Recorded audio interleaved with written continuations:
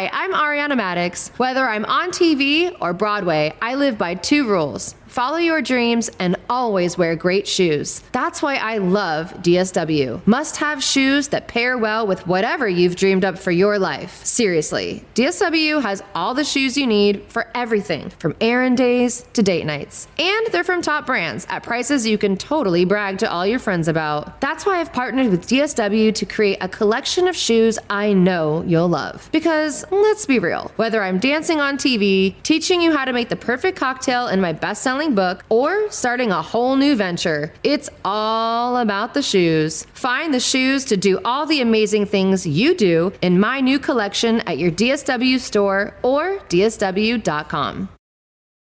Hey, it's Mark Goodman. And I'm Alan Light. On today's podcast, Record Store Day founder Carrie Colleton is joining us to discuss the April 20th RSD special releases. Plus, we'll talk live with our audience, the Sound Up Pod Squad, and find out who still listens to vinyl. And some updates from the Beatles universe. Oh, good. Sound Up with Mark Goodman and Alan Light, the only music podcast that matters.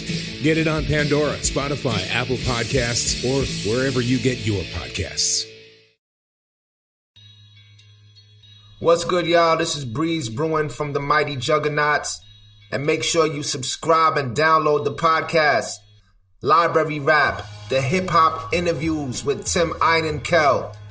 Hip-hop journalism on the highest level. Yeah, what's up? It's your boy Joel Ortiz, and I want everybody to make sure that they subscribe and download the podcast, Library Rap, the hip-hop interviews with Tim Einenkel. Yo, Tim, I hope all is well. You my guy. I know these interviews are not interviews, they're actually conversations, and I appreciate them all. Yow. Hey, what's up, everybody? This is Ice-T. I want you to do something for me. Make sure you download and subscribe Library Rap, the hip-hop interviews with Tim Einenkel. It is fucking official. All right? Stop playing. Download and subscribe. Library Rap, the hip-hop interviews with Tim Einenkel. It's cold. Jack.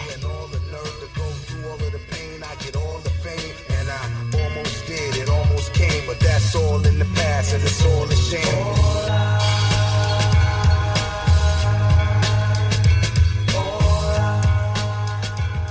Jemini, the Gifted One, and Danger Mouse have released another great album. Title is called Born Again. With that, Jemini, welcome to Library Rap, the hip-hop interviews with Tim Einenkel. I really appreciate this. Thank you. No doubt, no doubt. So, I want to talk about the album, but I also want to go kind of early on in your career. Prior to 1995, when you released your first EP, what role did not just hip-hop culture, but of rap music and MCing play in your life, and what drew you to it? Well, hip-hop culture was my everyday, just like everybody else. It was a part of the fabric of life at that time. It was just like getting up in the morning and eating breakfast. It was always there, and it was our culture. It wasn't just a part of our culture. For us, it was our culture. It was the way we dressed. It was the way we spoke. It was the music we listened to. It was the music that we fused into the music that we listened to. It was the movies we watched.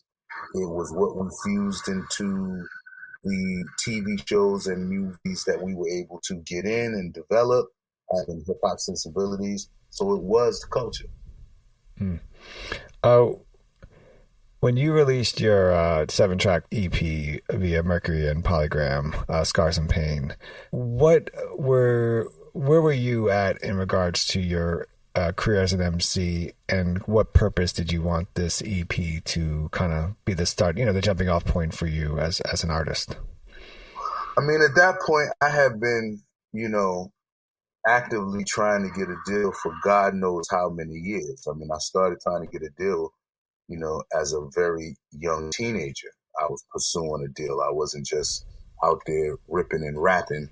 Mm-hmm. I was actually, in studios recording and trying to shop deals myself at record companies and so on and so forth, groups I was in, solo, so on and so forth. So by the time I coincidentally came upon the situation that led to the Scars and Pain situation, I had kind of gave up searching for a deal at that point. You know, I had just recently separated from a manager and another artist who I was in a group with for a while, and it didn't work out. And so at that point, I just kept the blade sharp, kept doing what I do, but you know, I was no longer actively pursuing a record deal when that record deal came. You know, I think we essentially grew up in New York City around the same time, and I remember you know, listening to radio as a kid, and you know, the New York City radio stations made it a point to, like, they kind of boasted how they did not play rap music, you know. You know, they'd be in their jingles and stuff like that. How, as a young artist coming up and hearing that, how is that, especially if you go to now, like, you know, everyone plays rap music, right? Right. And, you know, and everyone's mixing, like country music is putting rap music into their stuff and stuff like that. So rap music is obviously an influential genre, and continues to be. How is a young artist coming up hearing, you know, New York City radio telling you they're not going to play rap music? How does that not become a deterrent for you? How do you think that helped you in terms of your drive to become who you are today? It didn't help at all. It wasn't a helping factor at all. But it also wasn't something that, because as I said, hip hop, the landscape of hip hop was the culture. So whether radio played it or not, we were still going to do it. Mm-hmm. You know what I mean? Yeah. It's like, if there's something that's a part of your life as a culture, like farming. So you come from Nebraska or somewhere where there's farming is the culture, right? You're not going to not farm because you're not selling your goods. You're still going to farm because you come from a farming background. Your father farmed and your grandfather farmed, and that's how you eat and that's how you survive. So if you could liken hip hop to that, that's what it was. That's what it was. So we didn't, of course, at the point when, you know, Rapper's Delight and King Tim III and Curtis Blow made it to the radio, of course that was the focus, of course that was the desire, but it wasn't the thing that made people who were involved in rap culture continue to be involved in the different components of rap culture. Mm-hmm. Do you think, I mean, hearing it today and hearing it on every, you know, station or every part of every, and I think part influence of every genre of music, do you think that has helped the culture or the essence of the culture? Or do you think it hurts the culture, that kind of waters it down? Because, you know, if it's commercially viable to be a rap artist, then, you know, whatever talent you have, you're going to try to be a rap artist over, like, if country music is the number one genre, you're going to try to be a country music, you know, musician and stuff like that. I don't know if it helps the culture. It helps the music business. You know, it helps the business of music. And if anybody is doing music these days, they're trying to get paid. So they're definitely focused on the business of music. But I don't know that it necessarily helps the culture because of how it's being navigated by the powers that be. Mm-hmm. When the shift and swing came in terms of what type of hip hop would be, or what type of rap music would be played on the radio, that wasn't us. That was somebody above us saying, now we only playing that. And of course they had their own reasons for that. Right. But that didn't help the culture at all. But it helped make rap and hip hop artists more financially successful than they had ever been, but it didn't necessarily help the culture. I want to go back to you working with, I think you have continued to help the culture, but you working with two people who've continued to this day, you know, show what it is to be part of the culture and continue with their art form. And that's going back to your funk soul sensation produced by Organized Confusion, who is obviously who are not just an incredible group, but also I think a lot of people don't realize they've done incredible production and they've also incredible producers. That's just one group of guys that was on it. It was a bunch of incredible, legendary hip hop producers on there. Minnesota was on there. Buck Wild was on there. So there was legendary. All the producers on there were legendary. Yeah, if you could talk about just working with, and not just, I mean, the guys you mentioned, and also Organized Confusion as producers back then, and how did it come to be, and what, I guess more so, what surprised you? What surprised you about I guess maybe their work ethic, but two, how did it help you become a better artist? It didn't. We were peers. We were all peers coming up at the same time, trying to achieve the same thing, and happened to be at a time in the culture where being the best, whatever you were, was what you strived for. So all of the people that I named were all of that mindset, because that was the culture. When we talk about the culture, there's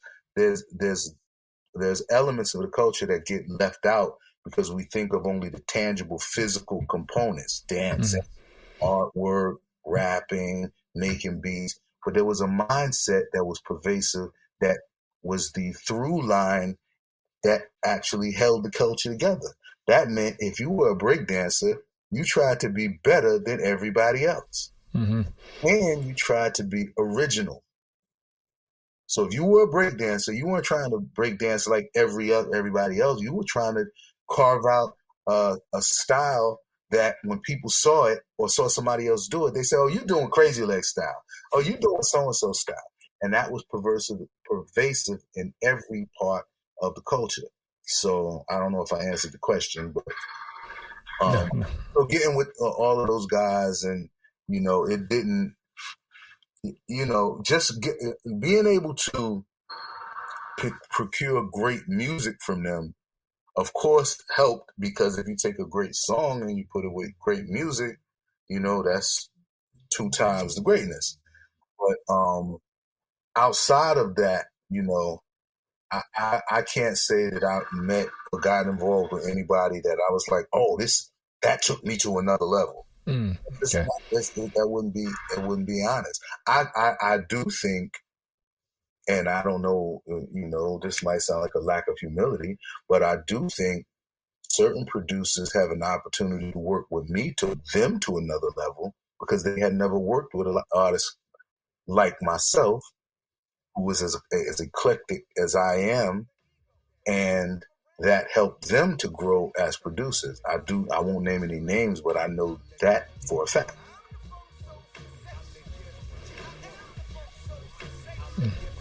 And that's I appreciate, because we're going to talk about the new stuff and the stuff you've done with Danger Mouse shortly, but there's this confidence in all your music and your delivery and your lyrics that I just think is great, and I like, and so it's great and so I appreciate that, your comments on that one as well. So definitely appreciate that, because it shows in your music. So it's dope to hear that. I wanted to ask you about your writing style, and if you feel that you've changed kind of your writing style, even your flow, or your approach to music, or how have you done that since you first came out in 95 till now?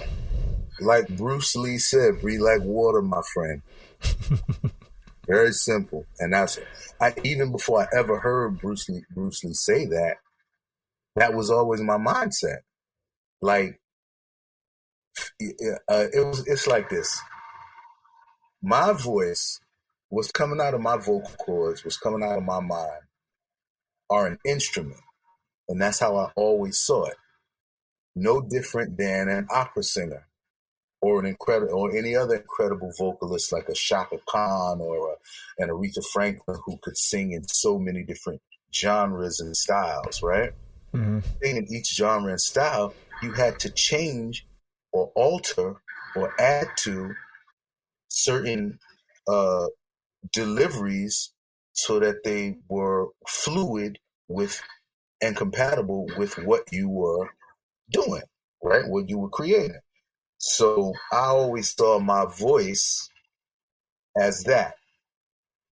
So every time I got a piece of music, even to this day, if I get a piece of music, I'm trying to suit what comes out of my mind and throat and heart to suit and fit to the best of my ability, organically suit and fit the piece of music that I'm hearing as I'm processing it. And that's all I do, you know? And so for me, it's never been a flow change. It's been, this is a different piece of music. This is a different style of music. Oh, this is a jazz piece, like the joint that I did with Abby O'Doon from The Last Poet. So I'm performing this way. Oh, this right here is an attack style, hardcore MC record. Okay, like 50 MCs in a cypher. So I'm performing this way. Oh, this is a song for women to love. I think I'll sing on this one and I'll flow a little more smooth on this one because that'll be more amenable to their sensibilities. And it was always as simple as that to me. That made sense to me than trying to cram what I do into everything. And there are artists who are successful doing it. That just was never my mindset ever. Actually, perfect. Can you in 2003 when you and Danger Mouse released Ghetto Pop Life? Yeah, one of the standout tracks to me was "Don't Do Drugs," and part of the reason why it stands out because it reminds me of. This will be a very weird connection, but my grandmother who used to buy us. She didn't know what she was buying, but she used to buy us like bootleg tapes as kids, and she bought me Digital Underground's Sex Packets, right? And side A was side B, and side B was side A on a cassette tape. But you know, it was like I made a point to, I don't know how old I was, as an 11-year-old, to memorize the entire Sex Packet song, right? And when I heard "Don't Do Drugs," it reminded me of it because of the playfulness of it, right? I was just, if you could just talk about what led you to kind of write this track and what purpose did this track serve for you? I thought when he presented me with the beat, I saw the playfulness. I felt the playfulness in it as well. But based on the hook that was already in there, I tried to stay within that theme, yet make it cute and funny. That's it. I just wanted to, I was making a drug song, cute and funny, because the track was cute and funny. Kind of like the Boondocks cartoon. Yes. Nice.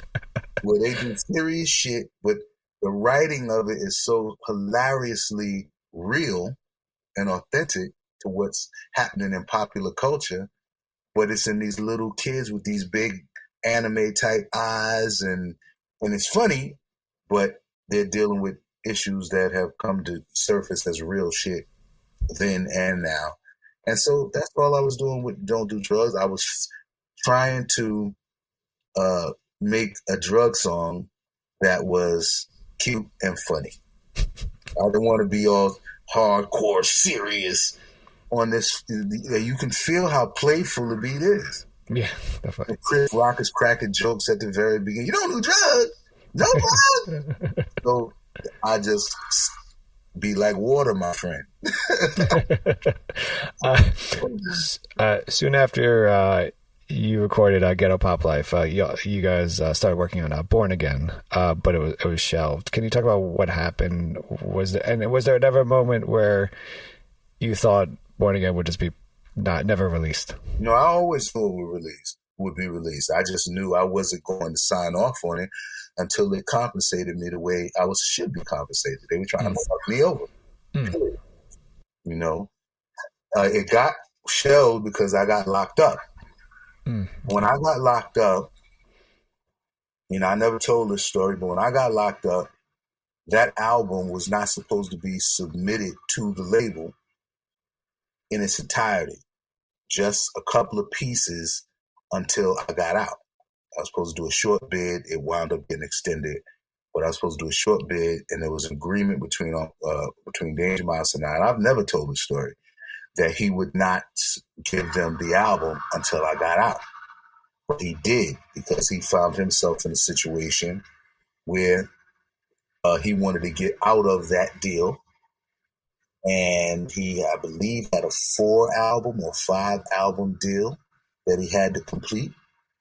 And my album became the sacrificial lamb that moment. It wasn't supposed to be submitted to them until I got out. And he gave it to them before that. And after that, they figured, oh, we own the rights to this. Danger Mouse gave it to us. And we had to go through this thing where I'm like, I didn't sign off on it. So if I didn't sign off on it, you don't own the rights to it.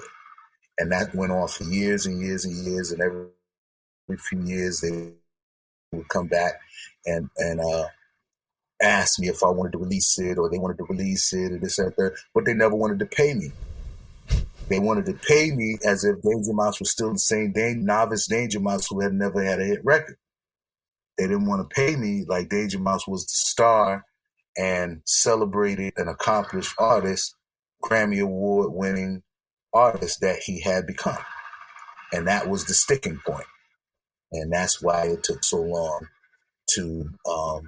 So people kind of have it wrong, because the narrative has been, oh, it was shelved. Mm-hmm. No, it wasn't shelved. I said, I'm not signing the fuck off on some shit that I know was a classic so y'all can give me some pennies. Just wasn't a good business move for me to do that. And I was willing to die on that hill because I knew it was a great piece of work. And they kept trying to imply and outwardly claim that, oh, it's just old music and this, that, and third, and da-da-da-da. And I was like, if the Rolling Stones pulled an album out of their ass from 1970 that had been sitting in the cabinet somewhere, and they pull it out now, and it turns out to be one of their greatest works, would that be worth more or less? And Lex was trying to sell me on it would be worth less. And I'm like, y'all think I'm stupid? That doesn't make any sense. This is our magnum opus in terms of the work that we had done. And Ghetto Pop Life, I believe, is one of the greatest hip-hop albums that most people never heard. And so with this one, I actually made it a more personal album intentionally than Ghetto Pop Life, because I recognized that my public, my fan base, really didn't know much about me, the person. They loved my rap ability, they loved my songs, but they didn't know much about me. So on that album, I decided to do some songs on there so that they could really get to know me a little bit more, my life, things I've gone through, where I'm at spiritually, mentally. They kind of know politically and sociopolitically, because I always do songs that have a little bit of that in there. Right. But you know, the sticking point was Lex was trying to fuck me. And I was like, I'm going to die on this hill, because, you know, I own a piece of this record. And, you know, if later on somebody else has to benefit from it, then that's what the case will be. How did you find, I mean, I guess, how did you find out that, I guess, the record was given to Lex? Well, after it was given to Lex, they started making claims that they owned it and what they were going to do with it, whether I liked it or agreed with it or not. And my lawyer had to get involved and things like that. And you know, at that point, if I'm going to be honest, I've never told this, but at that point, Danger Mouse cut me off. He changed his phone number. He wasn't accepting any calls from me. He kind of cut me off, you know, and so I didn't have an advocate for me with the record. His career was flourishing, which it deserved to, because he's an incredible producer. I always told him it would. And that was the sticking point. You know, I didn't have any advocate on my side. They had the masters, which weren't supposed to be over there, per an agreement between the two of us, the gentleman's agreement between us. but he did what he did, for his career, But even after they had it, once again, the sticking point became who owns the rights to this, and I was like, I haven't signed off on it. So if I haven't signed off on it, you don't own the rights to my portion of ownership of the record. You can't just say Danger Mouse gave it to me, so that deal was Danger Mouse and Jemini. Right.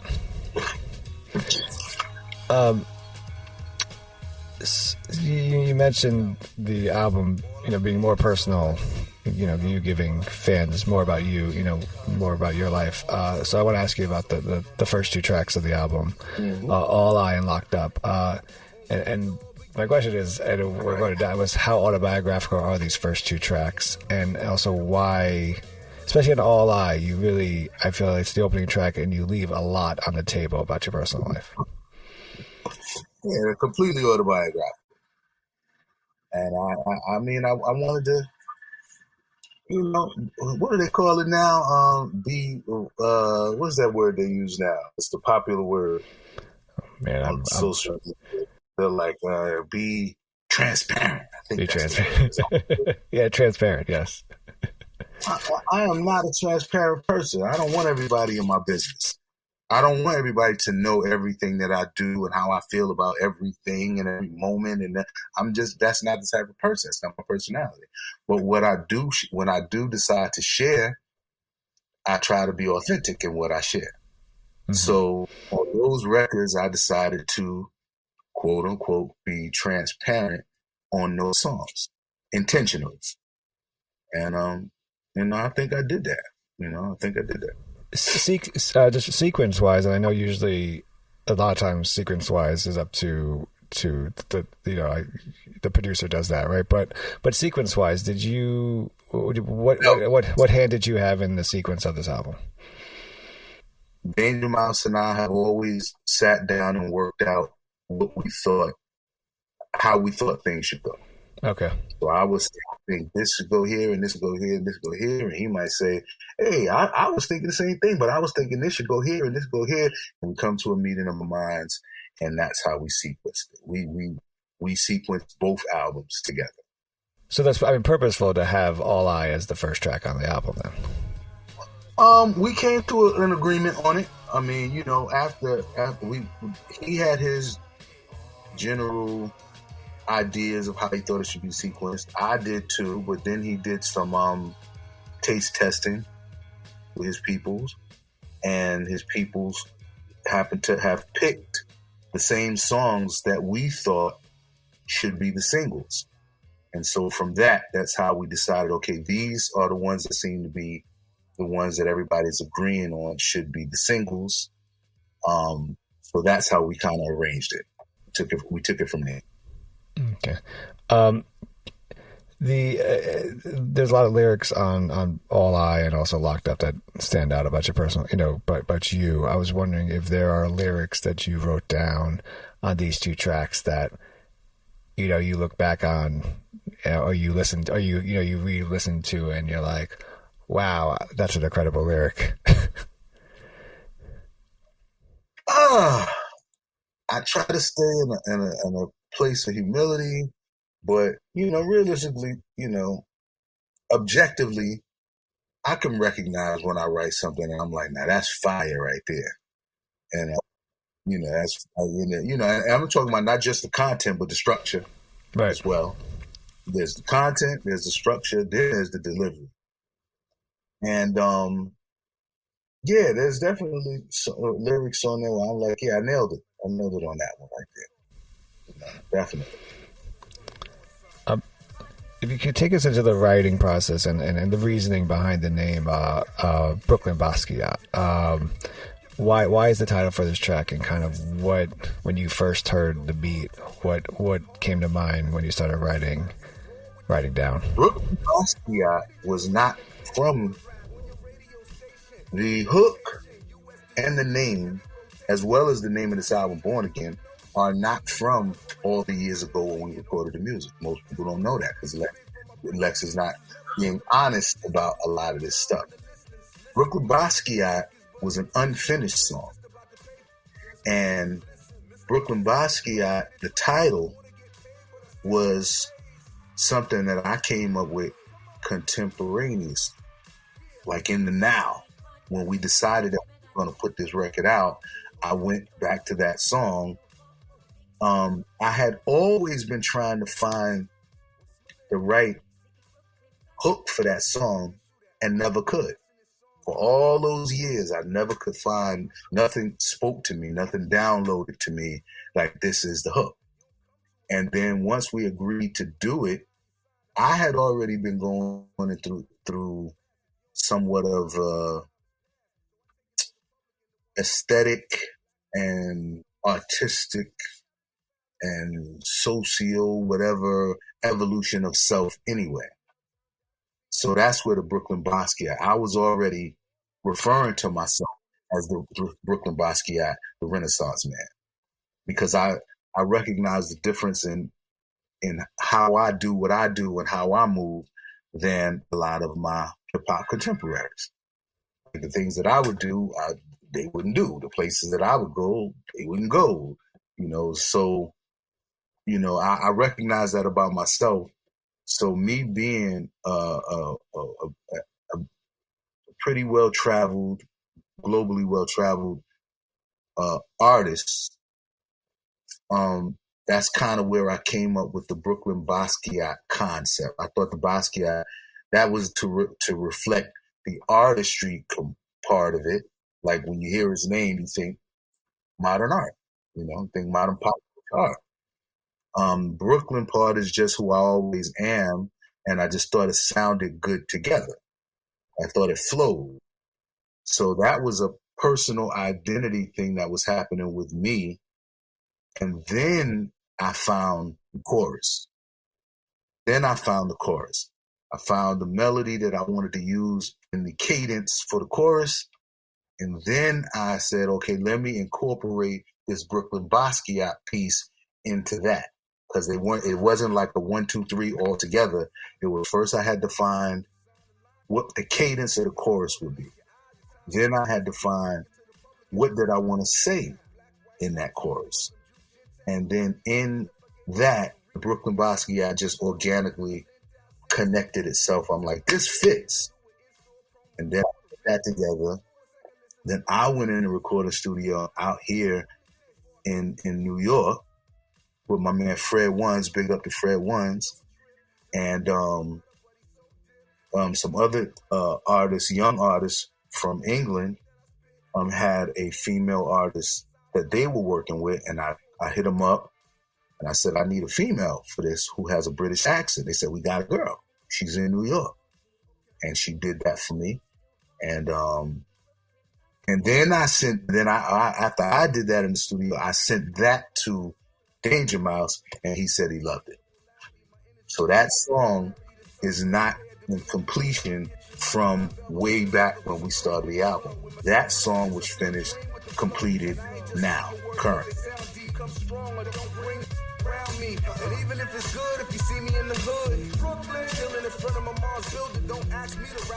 Oh wow! So I guess what if you could talk that was actually a question I was going to ask about was the way the press release goes, right? It's you 2003 Ghetto Pot Life comes out. You and Danger Mouse shortly after start working on Born Again, right? Then the press release says it's been shelved, and obviously we now know why it was quote unquote shelved. Right. So almost 20 years later, the album is released. Right. A lot changes in 20 years, obviously. Right. And then I think what's also important about artwork, right, is that is that you try to make it. You try to make something timeless. And that's always been my mindset from the beginning of with everything I've ever done. That was the objective, for it to be timeless. Everything. Right. So I guess how do you do that? But two, you 20 years later, you listen to some stuff, you're like, maybe I should change this lyric, or maybe this song is not really complete and maybe I should redo. So if you could just talk about what has changed in this album, or what tracks weren't completed and they actually got completed. Only that one. Only that one. That's the only one that wasn't completed that we completed. I mean, if you mean completion in terms of he went back to the studio and mixed it contemporaneously, sound wise, audible, sonically, went back and mixed it. Well, yes, he mixed all of that stuff again now. What you're listening to on that album are not mixes from 20 years ago. They're mixes from now. Because, the tools you have to mix are different now. Your ear is much more seasoned now, so on and so forth. So all the mixes on all of those records are now. They're not. If I played you how they sounded before, there's a big difference sonically. So the mixes are incredible. What he did, that's part of his greatness. And Brooklyn Basquiat was the only song that was completed now. What was the other part of that question? I mean, essentially that. Like, how do you? I mean, if you go back to, I guess, when you went back and listened to the album, whether you were like, would you want to change anything or whatever? No. That's now. This is not going to sound humble, but this is the truth. That's why I'm the gifted one. Nice. That is my gift. I identified it first thing I had to identify over the course of a lifetime. When I was, some years ago, I identified that I am not a rapper.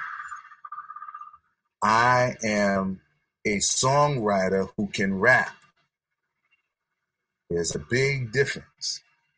I can cite cases, but I don't want to blow nobody up and, but, I'll give you one case.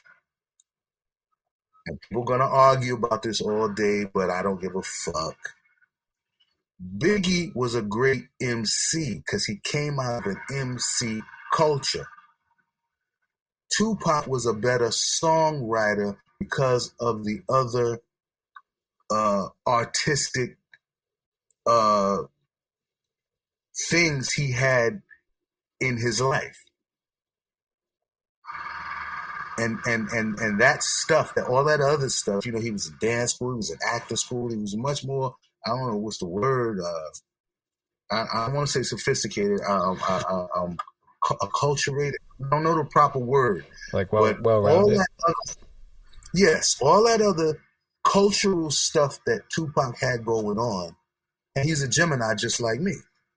All that stuff helped him to intuitively be a songwriter in regards to expressing what he wanted to express verbally on paper and verbally. He was a songwriter.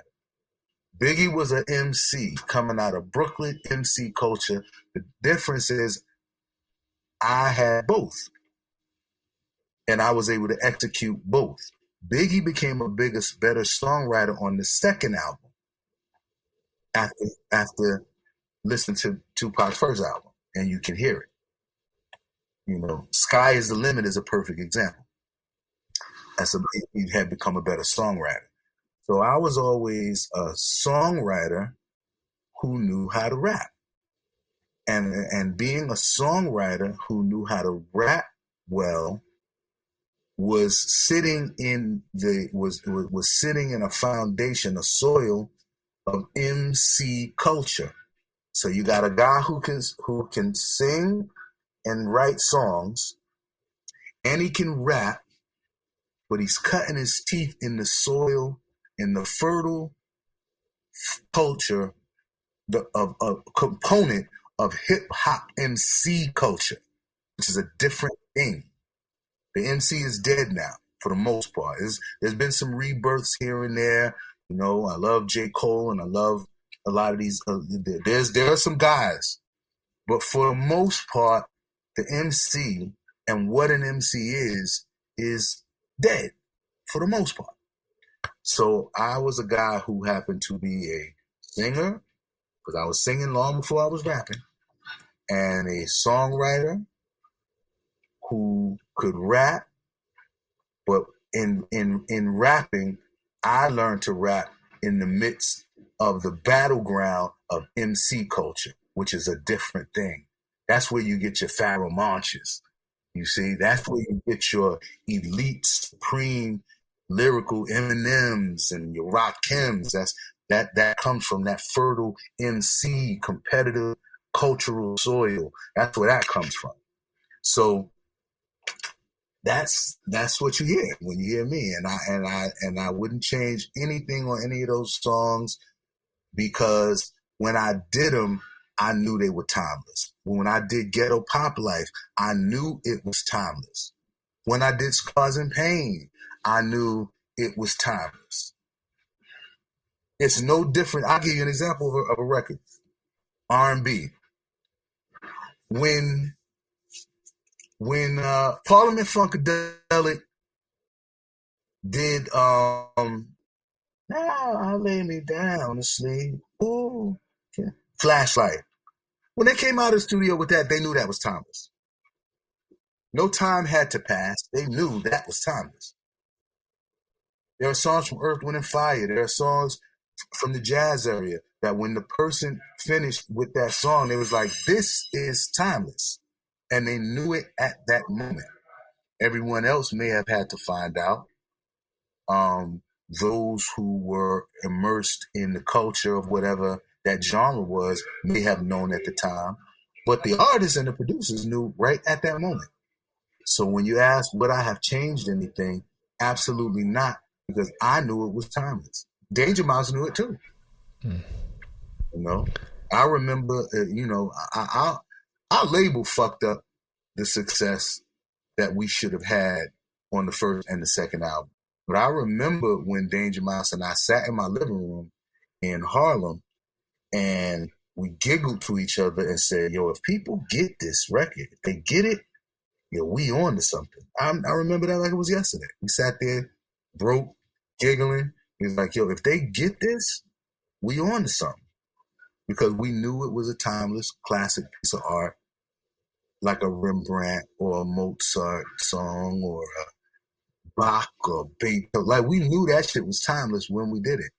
You know, I did. And so therefore, long-winded answer, no, I wouldn't have changed a thing. It stands up now.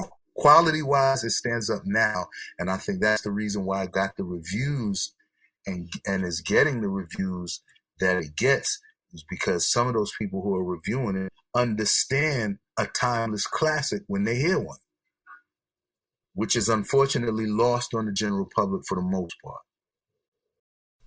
Right. I mean, it's interesting you say that, because I've always felt that there's this huge difference between artists that grew up like without, like today's artists being that they grew up with rap music being the popular genre. So rap music is their influence, versus growing up, like, I mean, I'm born in 79, so growing up in the 80s and early 90s, where you would hear like Self-Destruction, but then also at the same time you would hear a Guns N' Roses on the radio, you know? Right. I mean, when you grow up with a whole bunch of different influences, and those influences come together to be the basis for this new thing, that's very different than when you're just fed one thing.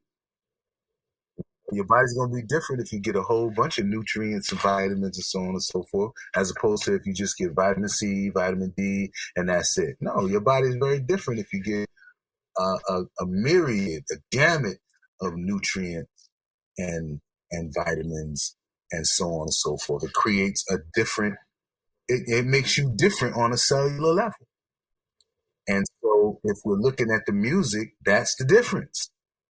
You know, the music today, and I like some of this, the new shit. I ain't even gonna sit here and hold you. I'm not one of those hip hop, what do they call them?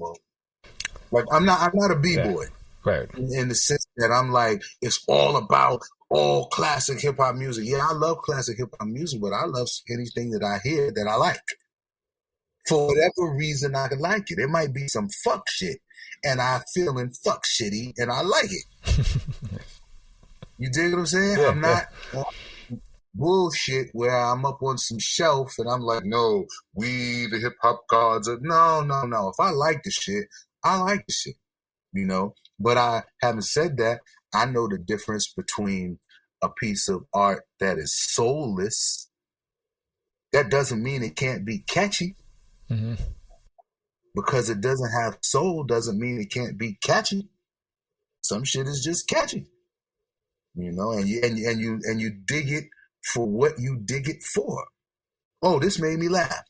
Oh, that made me want to dance. Oh, that makes me smile in my heart every time I hear it. You dig it. You dig each piece for what you dig it for. But a lot of what's happening now is soulless, and I think that's the difference. I think that's what people are not able to articulate, but they feel it and they hear it, and that's where the digression or whatever between the genres, you know, the eras, I should say, music lovers of the different eras. I think that's where it is, because a lot of the hit music now is soulless, and you can tell it is soulless. That doesn't mean it's not a catchy song. Doesn't mean it's not a creative song. Doesn't mean that at all. But it definitely means it maybe it's devoid of soul. And that's why a lot of it is microwave music that's going to come and it's going to go. You know, right. And but they're having said all of that, I'm being long-winded now, but you said I could be long-winded, so fuck it. Nice. You know, having said that, the reason that a lot of this shit is soulless is because the soul of a people is a lot of times a result of what the people are going through. The culture that's happening at the time, right? The arts within the culture that's happening at a particular time are usually a result of the pressures, because pressure make diamonds or bust pipes. So they're usually a result of the pressures that the people are going through. Right now, you know, our era, myself, you, others, we learned from elders, big brothers, mama, grandmama music, mama's music, daddy's music. We learned from that. Now it's the young teaching the young. They're like, fuck all of that shit right there. I'm trying to get this bag, and I don't give a fuck about anything that existed prior to now. I have no argument with them for that methodology, because it's enriching them financially in a way that we could have only dreamed of. And money talk and bullshit walk. Mm-hmm. But the cost is your soul. You see, the cost is your soul. Right. You know, so I'm sorry, go ahead. No, I was saying, partly it's you know, it's kind of this, you know, the same discussion that we had with our parents, right? I mean, like, you know, when especially when, like, I do this podcast, and essentially do this podcast in a way of when Chuck D asked me to do it, I approach it as a way of like, I want my parents to understand that rap is art, you know, and it's poetry, and that's why I talk about lyrics and stuff like that, and I think a lot of times there's always pushback. There's always been pushback between the older generation and the new generation about music and what constitutes music and whatnot. I think it's a language barrier. I think it's not being communicated to them properly. I have never met a young person who was adverse to me saying, you need to understand that you are a songwriter first, and that the types of songs that you write are rap. I see their eyes open. I see their minds open, like, oh, I never thought of it like that. That opens a whole nother portal in their consciousness, just making them know that. You are a songwriter first. You are not a rapper first. I don't care how keeping it real, keeping it gangster, keeping it 100, keeping it a buck, keeping it thuggy. I don't care about none of that. When you are trying to make songs for people to listen to, it's a song. So you are a songwriter. And nobody's communicating that to them in that way. And when I say them, I'm not talking about the stars. I'm talking about the young boy that's on the block. He 12 right now. He's 13. Maybe younger. Nobody's saying, you a songwriter.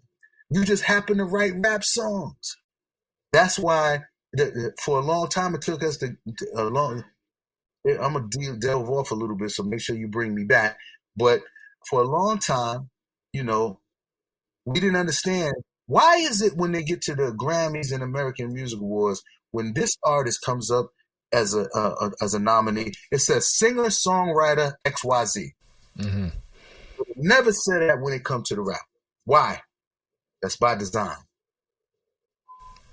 Because the person who wrote the country song wrote the song.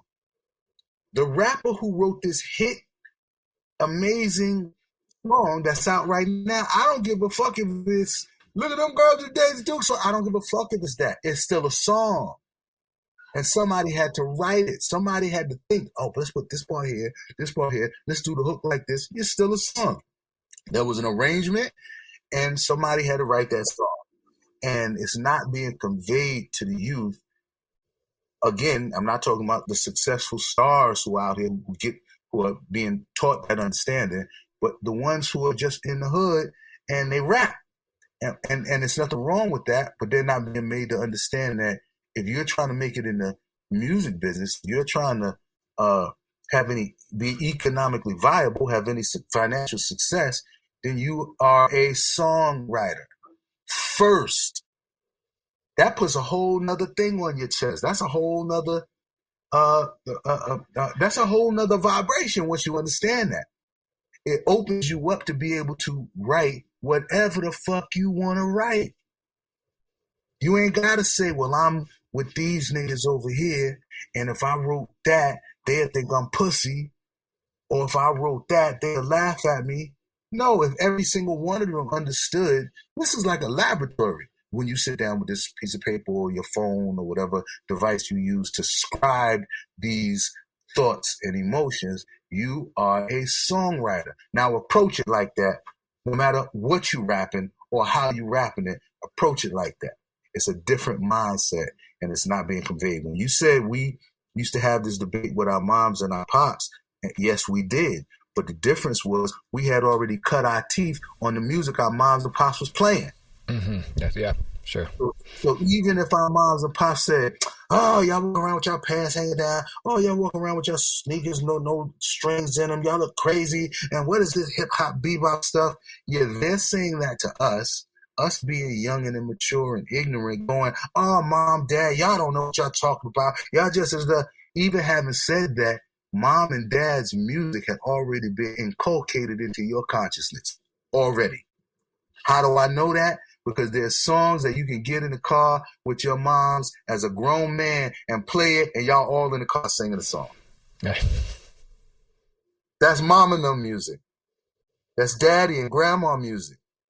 But it's already been inculcated in your soul. Now, I believe a lot of the youth are either devoid of that experience for a number of reasons. Part of it, I believe, is intentional. You know, there's forces at work. Part of it is just ignorance and apathy. And but I think that's the causation. They haven't. Some of them, and some of it is bullshit, because I talk to young people and I mention a song and they say, I don't know who that is. That's before my time. Ha, ha, ha, ha, ha. And then I say, you ever heard of Elvis? They say, yeah. I say, now how the fuck Elvis ain't before your time if this song from 1975 is before your time? They looking at me stupid. I say, you ever heard of Beethoven? Yeah, I heard that name before. You heard of Beethoven, right? How the fuck? That's not before your time. But this song I'm telling you in 82 is before your time. Key, key, key, ha, ha, ha. It's what you're being taught. It's how it's being inculcated to you. It's how it's being if that's the right word, is how it's being, you don't see the value in it because it's not being presented to you in a way that you feel the value in it. So you pretend because you're 32, you don't know Biggie Smalls' records. Get the fuck out of here. If you got anybody older than you in your house, they were playing those records. How you don't know? How's that possible?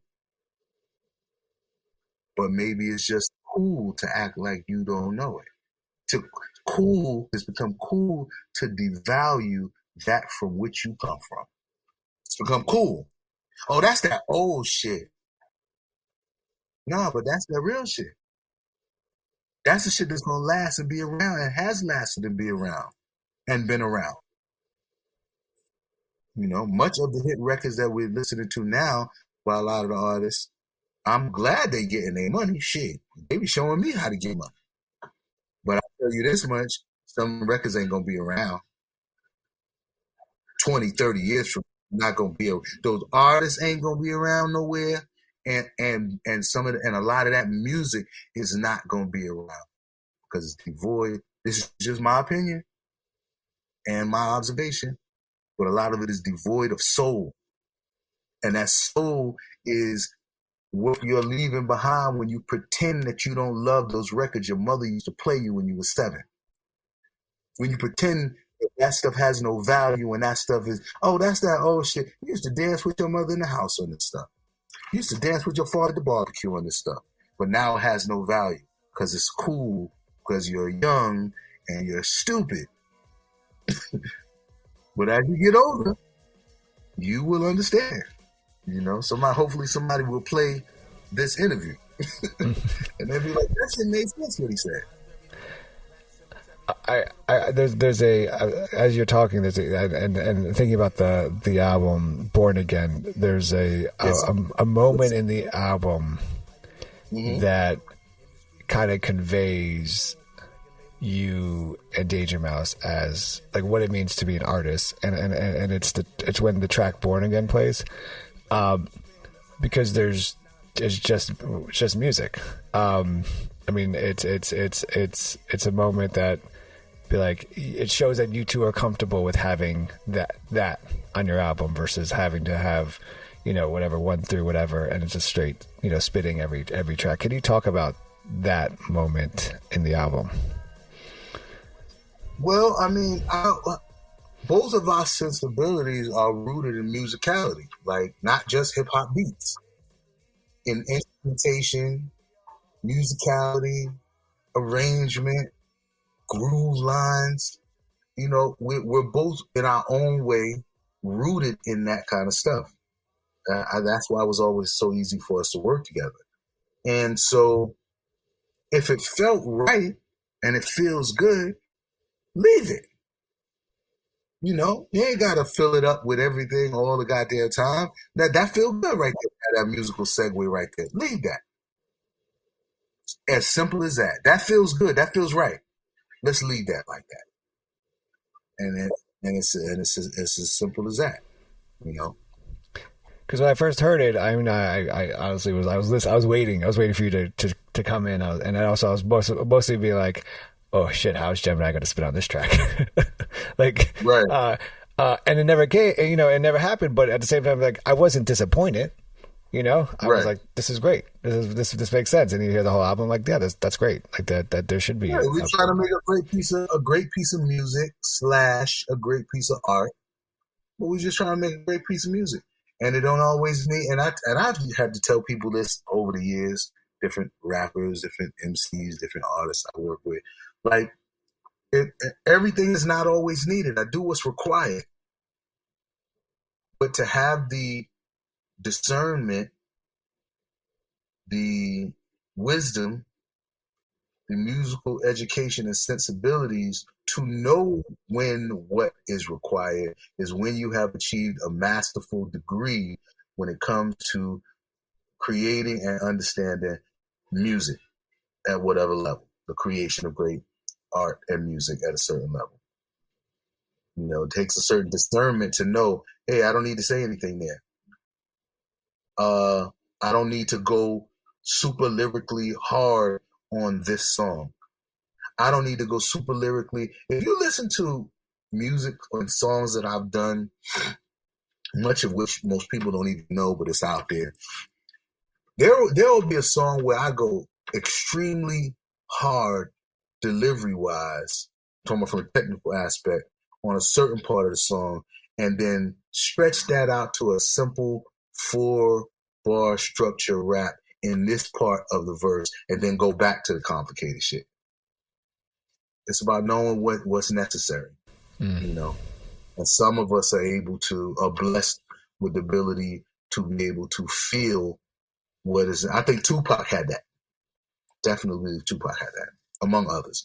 But being able to feel what's necessary when crafting a verse, let alone a song, you know, knowing what's necessary.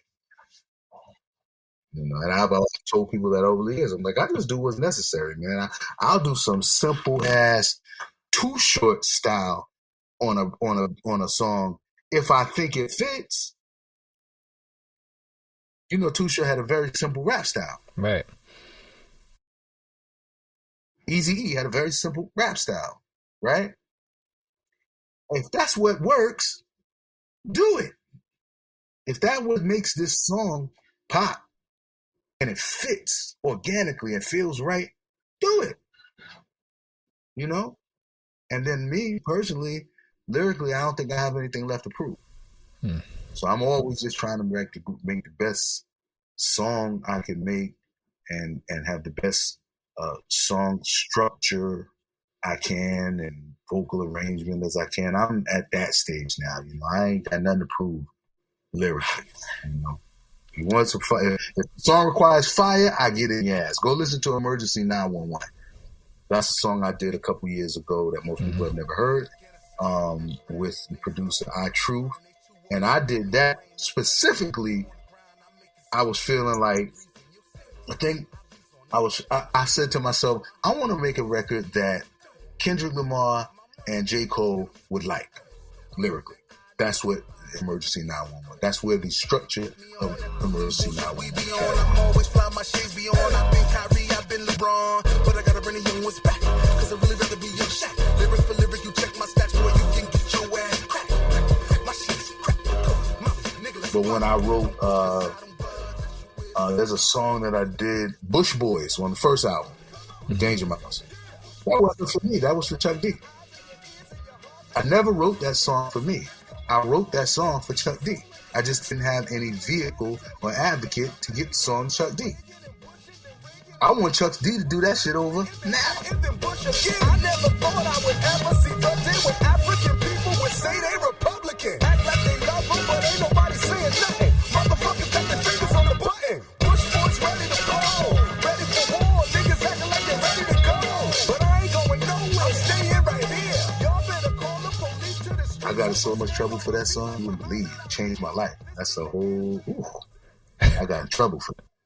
I got a lot of trouble for that song. They call that subversive. Yeah, I got a lot of trouble. Real trouble with the law. Really? Wow. Over that song. Absolutely. Absolutely. Changed my life. That song. When I was reacquainted with Danger Mouse, that I writing, what we were doing, a recording of what would become the press release, I asked him about that. I said, did you ever receive any backlash or da-da-da-da-da for any songs like that? And he was like, no. He had a smooth ride. I caught hell for Bush Boys. I'm talking about airport. I'm talking about even when I went to prison, on my record, he didn't get what I got. I got tagged as subversive against the women, put on the watch list. Most people don't know this. You know, you do a certain kind of song, your ass gonna be on that government to FBI list. And I went through that. You know, probably still going through it, but I don't fuck around no more. I ain't got nothing to prove no more. You know what I mean? I've given my pound of flesh to the cause. But yes, it's real, it's true. I wrote that song for Chuck D, I thought he would have been. That's why if you go back and you listen to it, that style was from Chuck D. That's not, that's not something I would normally do, but I felt, you know how you hear artists say I was channeling so and so. Yeah. I was channeling Chuck D. Yo, Chuck, I was channeling you, baby. Dope. Yeah. So as mentioned, the album starts off with All I, and then it closes with the track World Music. Understanding why you did All I, but why is the last thing you're leaving us with is World Music? World Music was the objective from the beginning. It was my objective. I mean, I'm a boy from Brooklyn, hooking up with Danger Mouse afforded me the opportunity to go places in the world I had never been and meet people who took me to other places in the world I may have never gone. And so my worldview, sonically, spiritually, mentally, creatively, musically, had expanded. And so that song is like an ode. If you listen to the chorus, I'm speaking to the masses of the world. Like, this is a song that all of y'all could get into. This ain't just for the hood. This ain't just for the women. This ain't just for the Americans. It was my attempt at making a song that all over the world people would be able to get into, because that was the spirit that I was in. I was in the spirit of world music at that. Well, ever since, not just at that time, ever since. Prior to us opening the conversation, you mentioned you've rebranded your name as City. Can you talk about the importance of this? Not rebranded, just added on. Added on. Can you talk about this addition to you and why City at this time? Well, City is the Brooklyn Basquiat.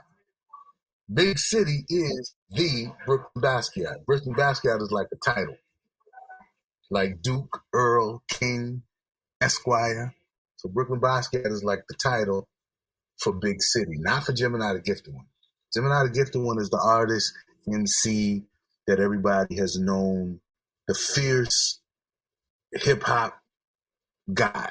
You know what I mean? That's who Jemini the Gifted One is. Big City is what I felt myself evolving into. The more I allowed myself to engage in all of the different aspects of culture that I wanted to, freely and fearlessly. You catch me at a museum all the time. You catch me at an art showing. You catch me at a wine tasting. You catch me at I'm a fashionista. I love clothes and styling clothes. I have my own clothing line. So Big City is who I felt like I had become post-prison. And also, I was also aware that ageism is real and young people don't give a fuck about what you did. So I said, okay, when I create new stuff, I'm going to create an entity that if they like the music, they won't have any reservations about connecting with the music based on, this is that guy from before. Mm-hmm. You dig? So if you hear a piece of music that you're hearing for the first time, you're like, that shit is fire. Who did that? That's this kid in the city. Oh, word? Oh, that's all that. Well, that shit's fire. But if you say, who did that? Oh, that's so-and-so from back in the days. You remember him? It changes the whole frequency of the I don't want to say relationship, but of the acceptance of the quality of the music, of the art. I've seen it over and over and over again. I've seen it over and over again. It's like I was talking about Too Short earlier. I've heard artists now rhyming like Too Short then, but they acting like it's some new shit because it's an artist now. And nobody's saying, you know that's Too Short's rap style, right? You know Eazy-E used to rhyme like that, right? You know so-and-so used to rhyme exactly like that, right? Nobody's saying it. So the same exact cadence, the same exact rap style is regarded one way for the new artist and another way for the dude who did it way back in the days. So when I decided to go into the big city vibration, it was solely because I was acknowledging that that was the case. And I said, so some of this music that I put out, I'm not even going to say Jemini the Gifted One. I'm just going to say city or big city and give them the opportunity to dig it if they dig it or not, without any preconceived reservations about should they dig it. You dig? People get caught up. Ageism is a real thing right now. It's a real thing. So people get caught up in that. And, I think young people are seriously caught up in that. And, it becomes a thing of, that's just so-and-so. Forgetting how dope this piece of music is. But if they just hear the piece of music and have no constraints around their mental, they have the opportunity to just love it or not. And that's why I did the big city thing. That's dope. Big City, a.k.a. Jemini the Gifted One. Thank you so much for being on Library Rap, the hip-hop interviews with Tim Einenkel. I really appreciate this conversation. I'm glad you dig it. I know I talked a lot, I spoke a lot, but I usually don't open up a lot, in years past doing interviews and so on and so forth. I'm only kind of doing it now because, shit can get you in trouble these days. But I'm more comfortable. Yeah, it's true. It's true. Being transparent. Get your ass in trouble. But I'm definitely of the mindset to share more of my experience than I ever was before. And I can't take the shit with me, so hopefully somebody gets something out of it.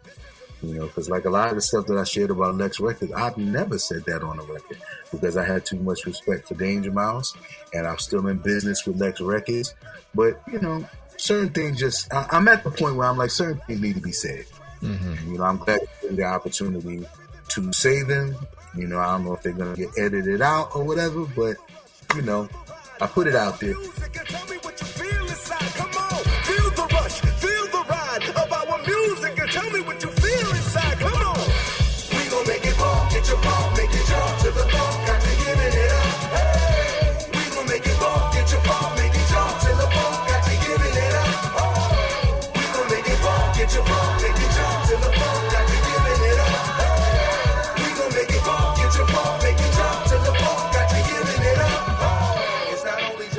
Be harmonious, soulful vocals that flow through the new school and old school and hold you captive. Our rap is that which is interactive, intergalactic. Words that hit the turntable and jump over the plastic. We don't serve fast food music in here. We smash through barriers so you can call us the crash. We so cold, we crush brothers with the power we hold. We slow to touch brothers from Mecca to the methadone clinic. We wanna be understood, but more than just the hood.